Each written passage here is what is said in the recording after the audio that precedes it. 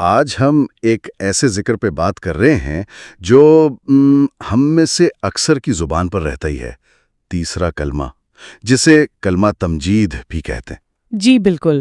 تو ہمارے پاس جو مواد ہے نا، اس کی روشنی میں آج ذرا کھوج لگائیں گے کہ یہ کلمات ہیں کیا، کہاں سے آئے، اسلام میں ان کی کیا اہمیت ہے۔ اور یہ نام، تیسرا کلمہ، یہ ترتیب، اس کی کیا اصل ہے؟ بالکل یہی سوال اکثر لوگ پڑھتے ہیں، لیکن یہ جاننا کہ بھئی یہ آیا کہاں سے، اس کی حقیقت کیا ہے، چلیں ذرا گہرائی میں اترتے ہیں۔ ضرور، یہ کلمات تو اپنی جگہ بہت بابرکت ہے، اس میں تو کوئی شک نہیں، لیکن ہاں، یہ جو نام اور ترتیب ہے، اس کے پیچھے کی کہانی جاننا واقعی دلچسپ ہے۔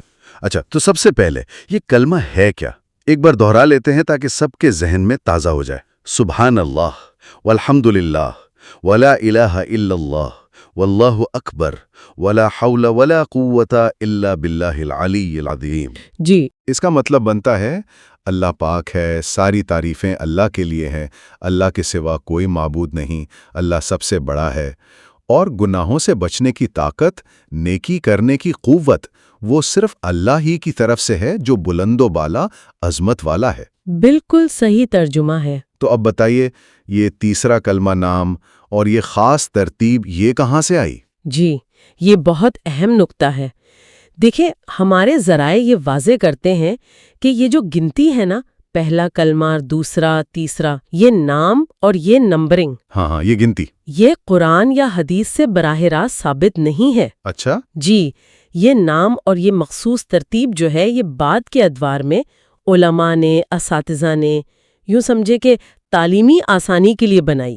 مطلب بچوں کو سکھانے کے لیے؟ بالکل، خاص طور پر بچوں کو بنیادی ایمانیات اور اذکار سکھانے کے لیے، تاکہ یاد کرنے میں آسانی ہو۔ یہ پھر مدارس میں اور تبلیغی حلقوں میں کافی مقبول ہو گئی۔ تو تیسرا کلمہ نام کوئی شرعی اصطلاح نہیں ہے، بلکہ ایک انتظامی یا تعلیمی عنوان سمجھ لے۔ اوہ، یہ تو بڑی دلچسپ بات ہے۔ یعنی نام اور ترتیب بعد میں آئی، تو پھر ان الفاظ کی اپنی کیا حیثیت ہے؟ کیا یہ الفاظ خود قرآن و حدیث سے ثابت ہیں یا یہ بھی؟ نہیں، یہاں فرق سمجھنا بہت ضروری ہے۔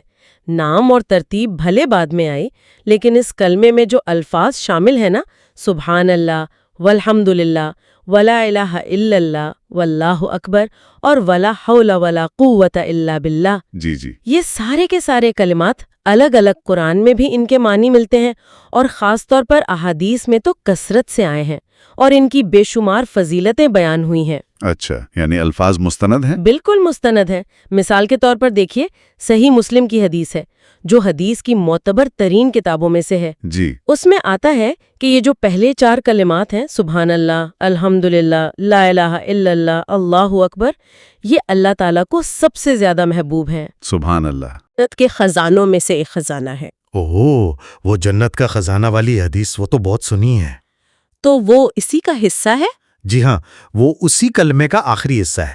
پھر جامع ترمذی میں ہے کہ الحمدللہ افضل دعا ہے اور لا الہ الا اللہ افضل ذکر ہے۔ قرآن میں بھی آپ دیکھیں تو اللہ کی پاکی بیان کرنے کا، اس کی تعریف کا، اس کی وحدانیت کا حکم جگہ جگہ موجود ہے۔ صحیح، یہ جان کر تو ان کلمات کی اہمیت دل میں اور بڑھ جاتی ہے۔ تو پھر عملی طور پر مطلب اسلام میں اس کا مقام کیا ہوا، اور کیا اسے وظیفے کے طور پر پڑھنا ٹھیک ہے جیسے لوگ پڑھتے ہیں 100 بار؟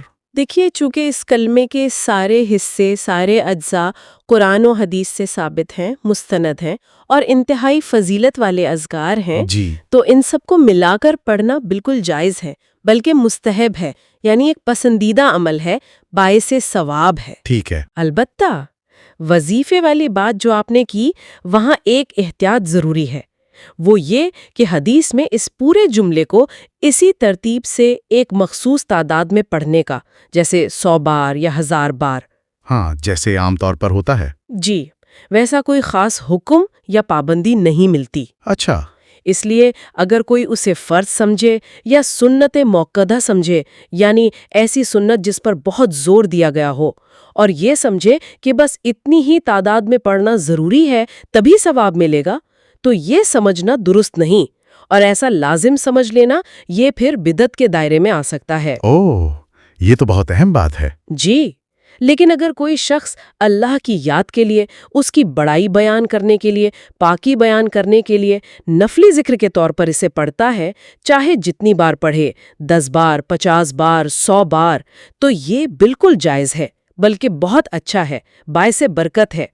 اہم چیز نیت ہے۔ نیت یعنی اسے ایک نفلی ذکر سمجھ کر پڑھا جائے۔ بالکل، ایک عام نفلی ذکر کے طور پر، اللہ کی محبت میں، اس کی یاد میں۔ تو خلاصہ پھر یہ ہوا کہ یہ جو تیسرا کلمہ ہے یا کلمہ تمجید، یہ دراصل بہت ہی بابرکت، بہت مستند قرآنی اور حدیثی اذکار کا ایک مجموعہ ہے۔ صحیح۔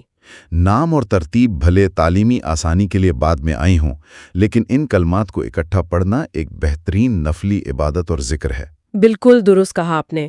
اصل روح ان کلمات کا مفہوم ہے اور ان کے ذریعے اللہ کی یاد ہے۔ نیت خالص ہونی چاہیے، اللہ کی عظمت اور پاکی بیان کرنے کی، کسی ایسی پابندی کی نیت نہ ہو جو شریعت نے خود مقرر نہیں کی۔ صحیح۔ اور آخر میں ایک نقطہ شاید ہم سب کے سوچنے کے لیے ہے جی۔ کہ جب ہمیں یہ معلوم ہوتا ہے نا کہ یہ کلمات جو ہم اتنی روانی سے پڑھتے ہیں، ان کی اصل کیا ہے، ان کے ہر حصے کی کیا گہرائی ہے، کیا فضیلت ہے، تو کیا یہ علم ہمارے روزمرہ کے ذکر میں جب ہم یہ کلمات ادا کرتے ہیں تو ہمارے دھیان کو، ہماری کیفیت کو اور اللہ کے ساتھ ہمارے تعلق کو کیا مزید گہرا اور بامانی نہیں بنا دیتا؟